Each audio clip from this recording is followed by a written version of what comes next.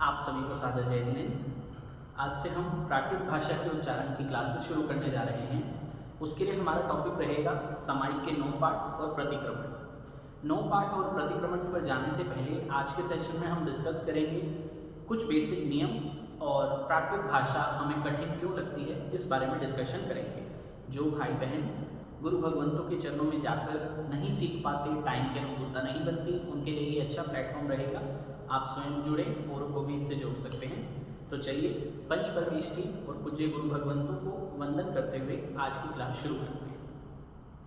देखिए, सबसे पहले तो क्या करना होगा, अपने माइंड सेट को बिल्कुल क्लियर करें, अपने माइंड को बिल्कुल फ्री करें कि प्राकृत कोई अलग लैंग्वेज है और कोई डिफ़िकल्ट लैंग्वेज है। हमने अपने माइंड के अंदर इस चीज़ को फिट कर लिया, हमारी साइकोलॉजी ऐसी बन गई कि प्राकृत एक अलग लैंग्वेज है। अब आप खुद सोचिए, आपने बचपन में हिंदी की वर्णमाला पढ़ी, क ख ग च छ ज त थ द ध न, जो भी है, उसके जो वर्ण हैं वही वर्ण प्राकृत में है। तो ये भाषा अलग कैसे हुई? बल्कि हिंदी के अंदर कुछ ऐसे वर्ण हैं जो प्राकृत में है ही नहीं। जैसे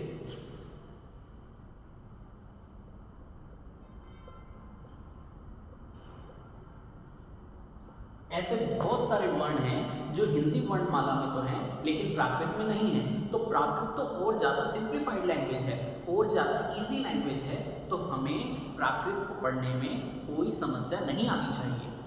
तो सबसे पहले तो अपने माइंड को बिल्कुल फ्री करना है और बिल्कुल क्लियर करना है। दूसरी बात, भारतीय भाषाओं की एक विशेषता है कि जो लिखा जाता है वही पढ़ा जाता है। अन्य भाषाओं में ऐसा नहीं है। आप इंग्लिश को ले लीजिए, इंग्लिश में एक वर्ड है नॉलेज, एक और ले लेते हैं साइकोलॉजी। अब ये वर्ड्स देखिए, नॉलेज और साइकोलॉजी, इट स्टार्ट्स विद के and it starts with P. ये के से शुरू हो रहा है, ये पी से शुरू हो रहा है, बट इसको प्रोनाउंस कैसे कर रहे हैं? नॉलेज और साइकोलॉजी। यहाँ पर के साइलेंट है, यहाँ पर पी साइलेंट है।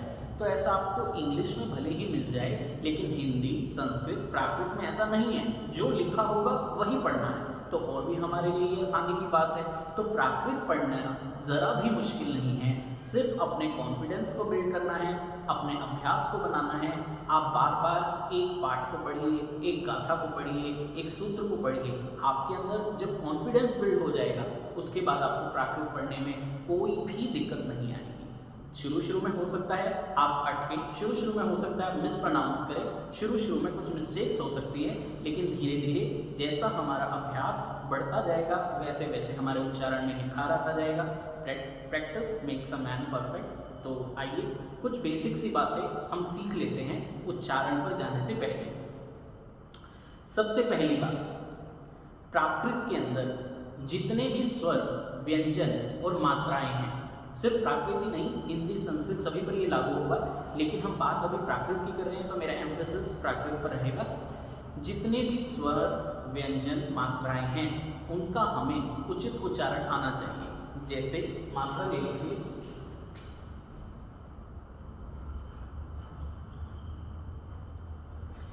ये छोटे ऊ की मात्रा है, ये बड़े ऊ की, ये ओ की, ये बड़े ऊ की। तो इनको कैसे बोलना है? ऊ, यहाँ पर स्ट्रेस देना है बड़े ओ में, ऊ, ये ओ, ये औ।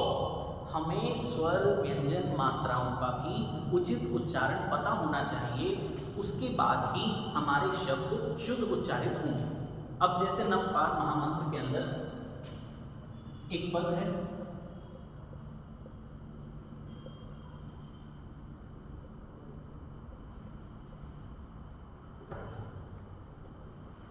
एसो पंच नमोकार। अब इस पद में से सिर्फ आप इसको लीजिए, एसो, और इसमें भी गौर करने वाला है ये ए। ज्यादातर लोग इसको ऐसो पढ़ते हैं, ऐसो पंच नमोकार।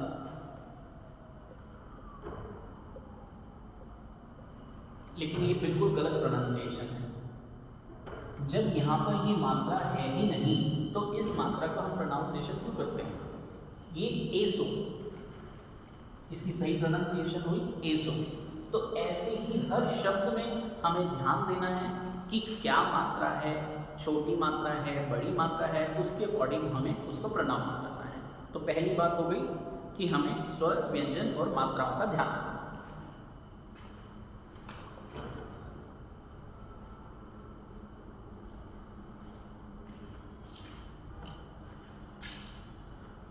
फर्स्ट पॉइंट,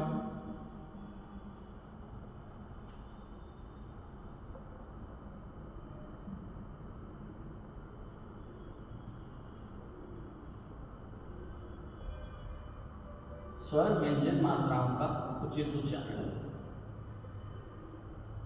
दूसरा पॉइंट है आधे अक्षर का उचित उच्चारण।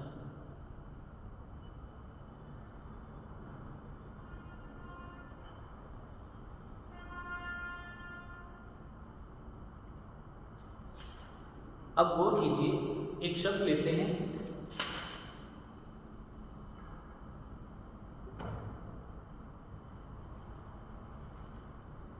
जावत जीवाई। ये शब्द है जावत जीवाई, लेकिन इसको ज्यादातर लोग क्या प्रोनाउंस करते हैं, जाव जीवाई। इसके बीच का जो आधा ज है इसको खत्म कर देते हैं, लेकिन क्यों खत्म करें, जो लिखा है वो पढ़ना है। इस सूत्र को बिल्कुल आप अपने माइंड में फिट कर लीजिए। तो जावत जीवाए, आधे अक्षर के लिए कुछ अधिक स्ट्रेस देना होता है, तो वो आपको सीखना है जावत जीवाए। जाव जीवाए बिल्कुल गलत प्रोनाउंसिएशन है, और जावत जीवाए इस आधे ज को छोड़ना नहीं है। तो दूसरा हमारा पॉइंट यही है कि आधे अक्षर का भी उचित प्रयोग करना है। थर्ड हमारा पॉइंट है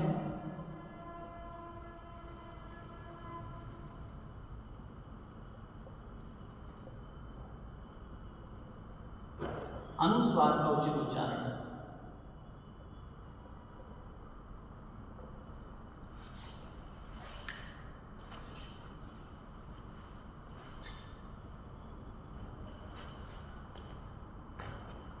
अब देखिए, अनुस्वार दो तरह है।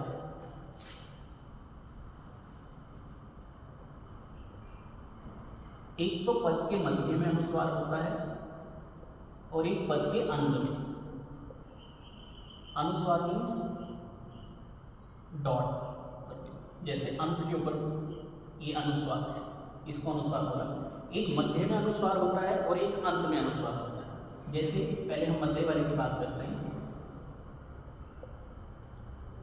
बंगचेर और नंदी, ये दो शब्द लेते हैं। एक अनुस्वार यहाँ है, एक अनुस्वार यहाँ है। इस अनुस्वार को कैसे बोलना, इस अनुस्वार को कैसे बोलना, तो इसको हम बोल रहे हैं बंगचेर और इसे बोल रहे हैं नंदी। यानी कैसे बोल रहे हैं,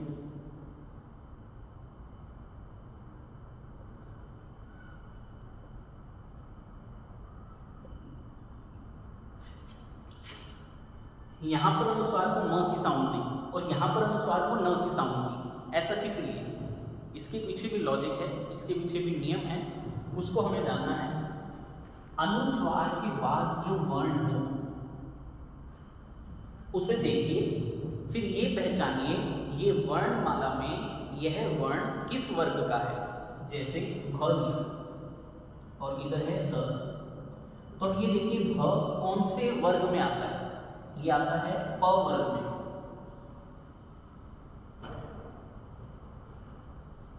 प, फ, ब, भ, म, और द आता है त वर्ग में। त, थ, द, ध, न, ये द आ गया यहाँ, तो ये भ आ गया यहाँ। अनुस्वार के बाद का वर्ण जिस भी वर्ग में हो, उसका जो अंतिम अक्षर है, उसका जो अंतिम वर्ण है, वही उच्चारण आपको अनुस्वार को देना है। ये मध्य के अनुस्वार के लिए नियम है कि बंगचेर में अनुस्वार म आएगा क्योंकि प वर्ग में अंतिम वर्ण म है, और नंदी में अनुस्वार न आएगा क्योंकि द वाले वर्ग में यानी तय वर्ग के अंदर न अंतिम वर्ण है। क्लियर हुआ। मध्य के अनुस्वार के लिए उच्चारण डिपेंड करता है उसके अगले वर्ण के वर्ग के अंतिम वर्ण के ऊपर। तो इस तरीके से मध्य का अनुस्वार उच्चारित करता है। अब बात करेंगे यदि पद के अंत में अनुस्वार है तो उसको कैसे उच्चारित करना है उसकी अब हम बात करते हैं।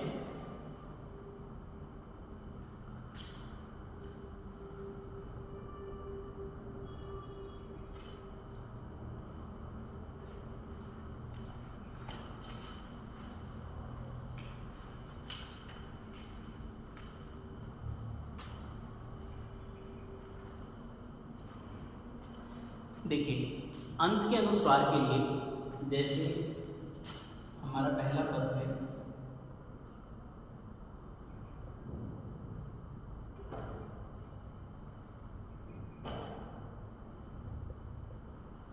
नमो हरिहंताणि। अब यहाँ पे देखिए एक अनुस्वार तो है मध्य का, एक है अंत का। अब मध्य के अनुस्वार के लिए रिपीट कर लेते हैं। इससे अगला अक्षर है त, और त के वर्ग में त थ द थ न, तो न अंतिम वर्ण हुआ, तो इस अनुस्वार को हम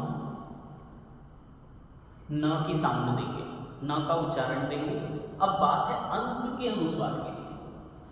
अंत के अनुस्वार के लिए आपने दो तरह की बातें सुनी होंगी कि संस्कृत हो या प्राकृत।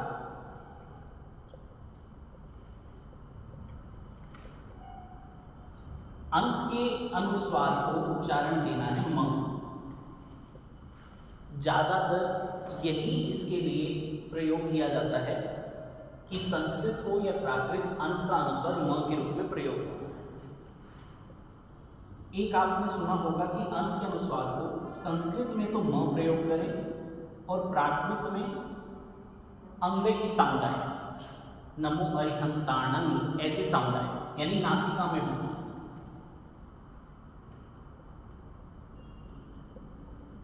जब नासिका में बोलेंगे तो साउंड ऑटोमेटिक ऐसी आएगी, तो इसको हम ऐसे बोलते हैं कि अनुस्वार का स्थल जो है उच्चारण का नासिका है और उसे अंग ग इस प्रकार से बोला जाएगा। लेकिन हम इन दोनों को ही छोड़कर कहेंगे कि संस्कृत हो या प्राकृत, दोनों में ही अनुस्वार को, अंत के अनुस्वार को अंग यानी नासिका में प्रोनाउंस करना है। उत्तर भारत में पंजाब परंपरा में गुरु सुदर्शन संघ में यही मान्य है, और इस मान्यता के पीछे भी सपोर्टिंग इसका सूत्र है, निराधार नहीं है, वह भी मैं आपको बता देता हूँ। संस्कृत का एक सूत्र है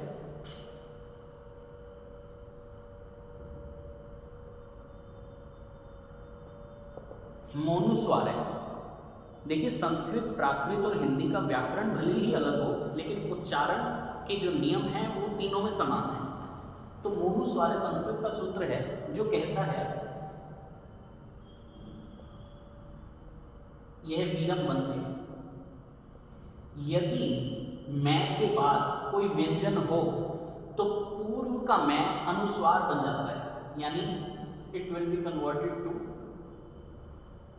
वीरम वंदे, यानी वीरम वंदे को फिर ऐसे लिखने की बजाय ऐसे लिखना है। अब प्रश्न होता है कि जब इस म को अनुस्वार में पलट दिया, यदि इस अनुस्वार को म ही पढ़ना होता तो इसको हम परिवर्तित क्यों करते? अगर इस अनुस्वार को म ही बोलेंगे तो ये सूत्र ही निरर्थक हो जाएगा। मोनुस्वार सूत्र का अर्थ ही ये है कि म को अनुस्वार हो गया तो म का उच्चारण अब अनुस्वार को नहीं देना, अनुस्वार का उच्चारण अब नासिका रहेगा। आप इस पर गौर करें, आप बचपन से हो सकता है ऐसा ही पढ़ते आ रहे हो, हालांकि म उच्चारण करने से अर्थ में कोई परिवर्तन नहीं आता, और मेरा आपसे आग्रह भी नहीं है कि आप ऐसा ही करें, लेकिन फिर भी शुद्धि के तौर पर आपको इस पर गौर अवश्य करना चाहिए कि संस्कृत हो या प्राकृत अंत का अनुस्वार इस प्रकार से पढ़ा जाएगा कि नमो अरिहंताणं, तो अरिहंताणं इस तरीके की साउंड आनी चाहिए। ये हमारा तीसरा पॉइंट हुआ कि अनुस्वार का उचित उच्चारण। आप नोट करें,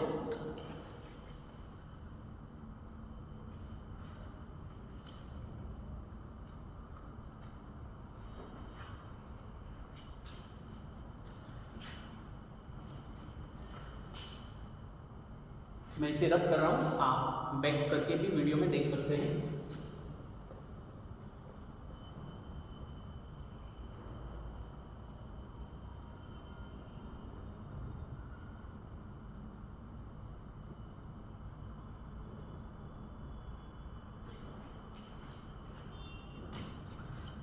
फोर्थ हमारा पॉइंट रहेगा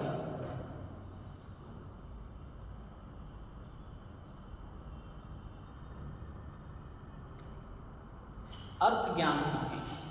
प्राकृत के जो शब्द हैं, जो पाठ हैं, जो सूत्र हैं, उनका अर्थ भी आप सीखने का प्रयास करें, क्योंकि यदि आपको अर्थ पता होगा तो आपको ये क्लियर रहेगा कि अगर कोई शब्द बड़ा है तो उसका टुकड़ा कहाँ करना है। जैसे लोगस का पाठ आप सभी को याद होगा, तो उसके अंदर एक शब्द है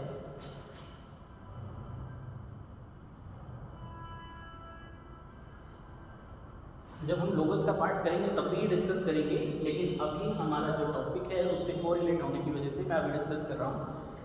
इसको ज़्यादातर लोग इसके टुकड़े ऐसे करते हैं, जब इसे उच्चारण देते हैं तो बोलते हैं पया सया, लेकिन ये बिल्कुल गलत है। इसका शुद्ध उच्चारण है पयास यरा, क्योंकि ये शब्द है प्रकाश और ये है वर्ग श्रेष्ठ प्रकाश, ऐसे ही एक शब्द है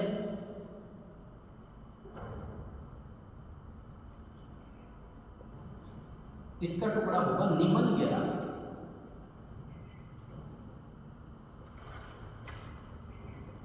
निर्मल और वर्ग, इसे भी ज्यादातर लोग निमलयरा ऐसे पढ़ते हैं, लेकिन ये गलत है, निमल यरा। अब ये चीज क्लियर कब होगी? जब हमें अर्थ का ज्ञान होगा। तो इसलिए हम जितना प्राकृत भाषा के कोई सूत्र गाथा आदि सीखते हैं तो हम उसका अर्थ भी सीखें, ताकि हमें शब्दों से क्लैरिटी बन जाए कि उसका टुकड़ा कहाँ करना है, वो शब्द क्या है, उसकी क्या छाया बनती है, वो हमें क्लियर रहना चाहिए। तो 4 बातों का हमें विशेष ध्यान रखना है। अगर आप इन बातों का ध्यान रखते हैं फिर आपको प्राकृत के उच्चारण में कोई दिक्कत नहीं आएगी। पहली बात थी कि स्वर व्यंजन और मात्राओं का उचित प्रयोग। छोटी मात्रा है तो छोटी साउंड निकालेंगे, बड़ी मात्रा है तो बड़ी साउंड निकालेंगे। आधे अक्षर का भी उचित उच्चारण, उसे स्किप नहीं करना, कहीं पर भी आधा अक्षर है उसको स्ट्रेस देकर के वहां पर बोलना है। अनुस्वार का उचित उच्चारण, अनुस्वार मध्य में है तो उससे अगले अक्षर को देखिए और वो अक्षर जिस वर्ग का हो उसका अंतिम वर्ण वैसे उसको साउंड देनी है। और अंत के अनुस्वार के लिए मैंने आपको बताया कि नासिका से उच्चारण करना है और नासिका से अंग ऐसी साउंड आएगी। और यह जो आपको मोनुस्वार है इसका प्रमाण दिया है, यह सूत्र भी हमारा खुद का निकाला नहीं हुआ। पूज्य गुरुदेव भगवान श्री राम प्रसाद जी महाराज, पूज्य गुरुदेव श्री जयमुनि जी महाराज इत्यादि महापुरुषों से जो सुना है, जो सीखा है, वो आपके सामने बता रहा हूँ। और लगभग सभी महापुरुषों में जितने भी विशेष श्रुत ज्ञानी महापुरुष हैं वो इसे स्वीकार करते हैं। हालांकि अभी ज़्यादातर म का ही उच्चारण चल रहा है, लेकिन फिर भी धीरे धीरे हो सकता है फ्यूचर के अंदर इसको स्वीकार कर लिया जाए। हमारे यहाँ शुरू से यही उच्चारण है कि नासिका के अंदर इसको उच्चारण किया जाता है। और चौथी बात अर्थ ज्ञान। अर्थ ज्ञान करेंगे तो बहुत सारी चीज़ें क्लियर हो जाएगी, बहुत सारी क्लैरिटी बन जाएगी। शब्द का टुकड़ा कहाँ करना है, तो आप रेगुलर अभ्यास कीजिए, कॉन्फिडेंस को बिल्ड कीजिए। प्राकृत कोई मुश्किल लैंग्वेज नहीं है, बहुत ईजी लैंग्वेज है। और प्राकृत में जो लिखा गया है वही पढ़ना है, इसलिए भी ये बहुत ईजी लैंग्वेज है। हम 9 पाठ और प्रतिक्रमण करेंगे तो इस बुक के आधार पर करेंगे। हो सकता है आपके पास, ज़्यादातर के पास ये बुक हो, अगर नहीं हो तो आप इसे वेबसाइट से डाउनलोड कर सकते हैं।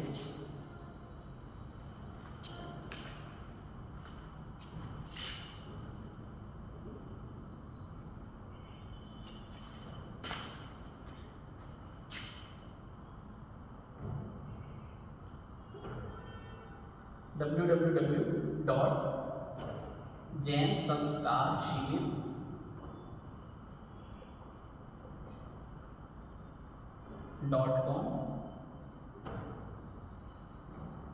इसमें आपको बुक्स का सेक्शन मिलेगा, वहाँ पर श्रावक प्रतिक्रमण के नाम से ये बुक आपको उपलब्ध हो जाएगी।